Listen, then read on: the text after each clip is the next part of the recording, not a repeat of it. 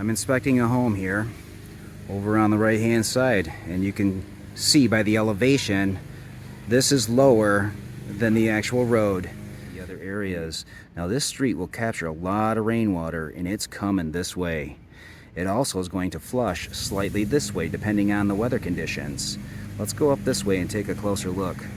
Okay, so now we're going northbound, and all this water is going this way down the street.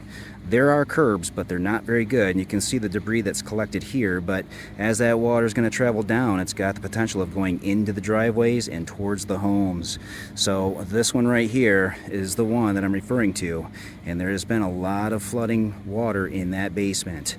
So let's get a closer look again this way. Okay, now from this angle you can clearly see that the elevation on the home I'm inspecting is lower than the actual street itself, and the driveway actually brings that water that way towards the foundation. The next door neighbors over on this side, they do not have a rain gutter, and a lot of their water is flushing onto the driveway and potentially finding its way this way.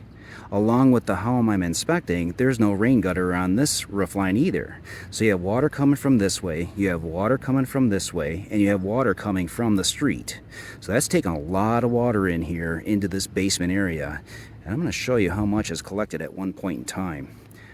Okay, let's get a close-up view of the exterior of where that water was finding its way in towards that crawl space. For starters, you're at grade level, like I said earlier. When you see siding like this, you're technically supposed to have 6 to 8 inch clearance from the bottom of your siding to the top of the soil. You want to see the foundation. Here we can't even see that. And like I mentioned earlier, all that water from the roof is dumping here. Okay, so this is an old Michigan basement. The house is over 100 years old, 1900 I guess. But regardless, the furnace was improperly installed onto the basement floor. That's the first problem here. But you can see obviously the stains over the period of time of the life of the home. And this is the section over here that comes from that roadside. And here you can see the stains that have been rolling off through the foundation area, which is a Michigan basement style. But it traveled in through here. And it got so high elevated that you can see this is the water line on the cold air return for the furnace of the HVAC system. You see that? That's how much water was flooded in here. That's over a foot of standing water.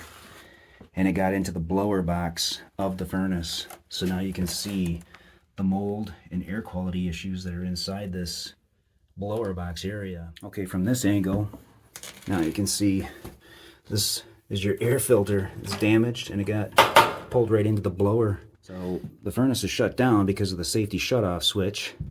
But this is what it sounded like when I got here.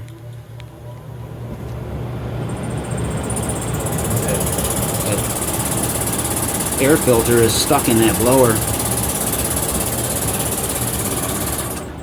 Furnace is 20 years old. Would recommend replacement. Now, in addition, there's also indications on some of these other contents items. So here's a water softener system. And if you look at the bottom here, it's pretty unbelievable, but there's 2 lines. Those are the water lines. Right here it shows some of the debris. Look at that. That's how much water was in here. I mean, that's my flashlight's 7. So that's 14 inches of water. Look at the lines on this shelf. Even the far pole here. This one and this one. Look at all this organic material that's on the pole. And the foundation. Look at this line right here. Goes all the way around. Even on this piece of glass, looks like it's from a refrigerator shelf. Look at that line. 14 inches of standing water.